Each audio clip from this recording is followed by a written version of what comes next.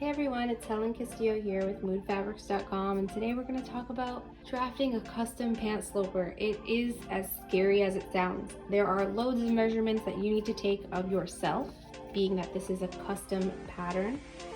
Drafting means that you are taking your measurements and you're plotting them down on pattern paper to create a custom pattern. And I just want to put this out there as a disclaimer that when you are drafting patterns, whether you are very advanced with drafting patterns or just a beginner, you're going to want to be sure to make a fit sample out of muslin after you've made your pattern pieces. So for right now, you can see the crotch level to waist level, including one dart only on the back, and then we'll talk about the front pattern piece. You're probably also thinking, this pattern doesn't have seam allowance. Basically, when you are drafting patterns, you are not including seam allowance. So what we're going to use is the outermost edge of this pattern. You can see that the blue is my final line, and the red also constitutes for some of my final line as well. So I'd have to scratch that out, but don't worry about that just yet. There will be a blog post that you can read all of the instructions a bit more thoroughly on, but let's talk about some measurements that you're going to have to take first. So you're going to need your waist, which is going to be the smallest circumference of your waist. And you're going to divide that in 4. And the reason you're dividing that in 4 is because pants are symmetrical for the most part when you are drafting them, especially when you're starting out making a custom block. So a block would be a pattern that you can go back to and manipulate later. And the block always stays the same as this basic pant. And then you can change it to many different silhouettes. So with that being said, we've got our back here in place. Here's the waist. There's one dart, hip, crotch level. So when you're taking these measurements, you're going to have 2 backs, 2 fronts. So you're going to have quarter measurements of everything. So the first measurement is going to be the circumference of your waist divided by 4. So that is your waist measurement. For the front waist, you're going to add 1/4 inch, and that's your front waist. For the back waist, you're going to subtract 1/4 inch from 1/4 worth of your waist circumference. Whew, I know, a lot of note taking, but it'll be worth it because you'll have custom made pants. The next is the hip circumference, which is the widest circumference of your hip. Then we divide that in 4, so we have 1/4 worth, and that gives us 9.5 inches if you have, for instance, a 38-inch hip. For the front hip, you subtract 1/4 inch of that, and for the back hip, you add 1/4 inch to the quarter of your hip circumference. All right.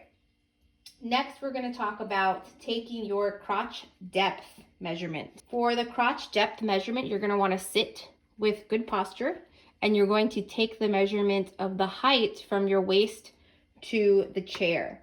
So you want to be sure that where you've taken that waist circumference measurement to the chair is going to give you your crotch depth.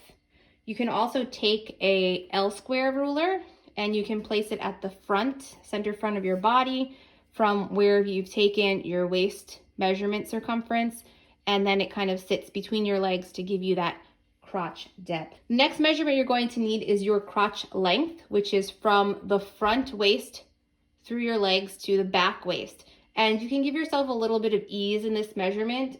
You're probably going to get something in the 20s or 30s, and that's totally right. For crotch depth, you're most likely going to have something in the low 10s or high 10s. When we start plotting out this pattern, we're going to start with making a basic, almost rectangle. So you can see here I've got H, F, G. The first thing we're going to do is we're going to put in A, which is going to represent the middle point of our half of our waist circumference.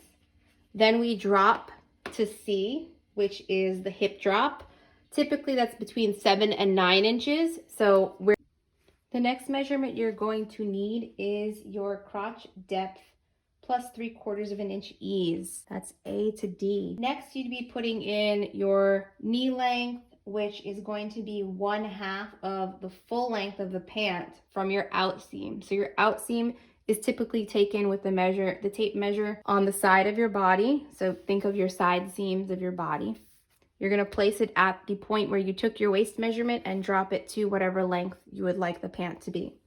So you would plot in your A to E, which goes beyond the page, and that is to represent your knee. Again, remember that that is the length between the halfway point between A and your full length of the pant. So now that you have all of your measurements taken and did all of your math, the next thing you're gonna have to do is plot in A to H, C to F, and D to G. So we already know that this is our waist level, our hip drop, and our crotch drop.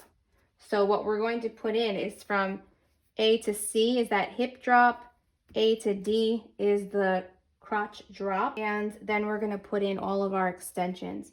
So A to H, C to F, and D to G are all the same widths, which are going to be that back hip plus the 1/4 inch of ease. So be sure that your math at the beginning of taking your measurements was correct. After you've plotted out those 3 sections, we're going to plot in what F represents. And F is the halfway point between A and G. Next, we're going to start with the front of the pant. So we're going to migrate over to that. So for the front of the pant, we're going to do something very similar. We have our front hip, which is going to be our C to J, and that is going to be your front hip plus that 1/4 inch of ease. So reference your original measurements and the math that we did earlier. The distance from C to J is going to be the same for A to L and D to K. Plot in, and now you've got yourself this full rectangle to represent the back and the front of your pant sloper. Next, we put in the darts, which is really straightforward and awesome because we like straightforward. But before we put in the darts, we have to plot in the actual front and back waist. So the step that you're going to make for plotting in your waist distance, which is L to Q, we're actually going to take the front waist and we're going to add 1 inch, giving you L to Q, because we're going to take that 1 inch away for the dart. That dart falls at the center of L to Q. It is 1 inch wide. So from your midpoint, jump out on either side 1/2 inch, and then you're going to drop that 3 inches. That is your front dart. You'll repeat the same process for the back of the pant, and the dart length will be 4 inches. The beauty of making a fit sample out of this pattern after you've drafted it is you may have to add 2 darts. You may have to make your darts longer or shorter depending on your fit. Next is putting in the crotch or the rise, and the same steps that we do for the front you would do for the back. So first off, the only significant difference is our kick out and how far that rise goes from the body. So first things first, you've already plotted in your waist across the top for front and back, placed in your darts, and next we're going to create the rise. And they look significantly high-waisted because of the measurements that I took. I like the rise to be higher on my body, but if you wanted to manipulate this to drop the waist, all you would have to do is put the fit sample on your body, mark in your new waist, and drop your dart. Okay, so for the front rise, we're going to take from L to our X mark, which we have on our front and our back. That was the halfway point between these 2 marks. Then we're going to blend from the top edge of our waist to this extension.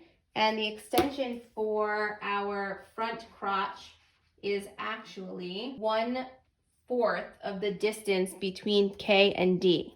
So to get that kick, we take 1/4 of that measurement, give ourselves an extension, and for the back extension for the rise, we take 1/2 of G to D to give you the back rise extension. Okay, for the front rise extension, we take 1/2 of the measurement. So for the front rise extension, we take up to create M.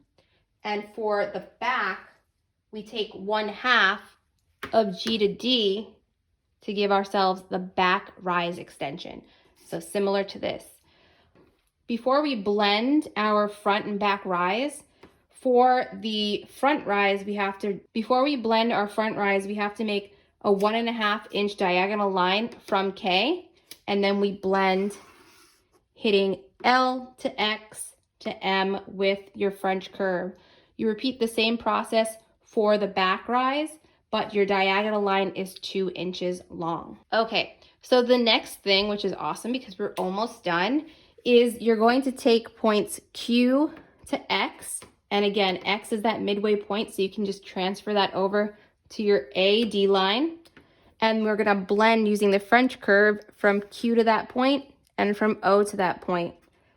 We're gonna do the same for down in here, where you're actually going to bring out either of your rise extensions 1/2 inch, and then from point D, we come in on either side 1/2 inch and you blend. And that's going to give you your hip curve. Last but not least, we have to put in the grain line, and that is the midpoint between M and your new D. Same for the back of the pant. And it also represents the crease. So if you wanted to press a crease into pants, or you just wanted to indicate the grain line on your pattern pieces, that would be it. And last but not least, drafting in the remainder of the pant. So for the front pant, we actually, on either side of your crease, 4 inches out, 4 inches out, and you blend straight from M to those points, straight from new D to that point, and that gives you your hem edge. And you repeat the same process for the back pant with 4.5 inches on either side of your grain line. So I'm looking forward to seeing your pattern. Don't forget to trace these onto new paper so that you can have your back and front pattern separate. Add in your seam allowance, true in your waist to allow for seam allowance for your front and back dart, and then you can cut and sew your first fit muslin. So good luck with your pattern making. I'm super excited to see how you draft your custom made pant pattern.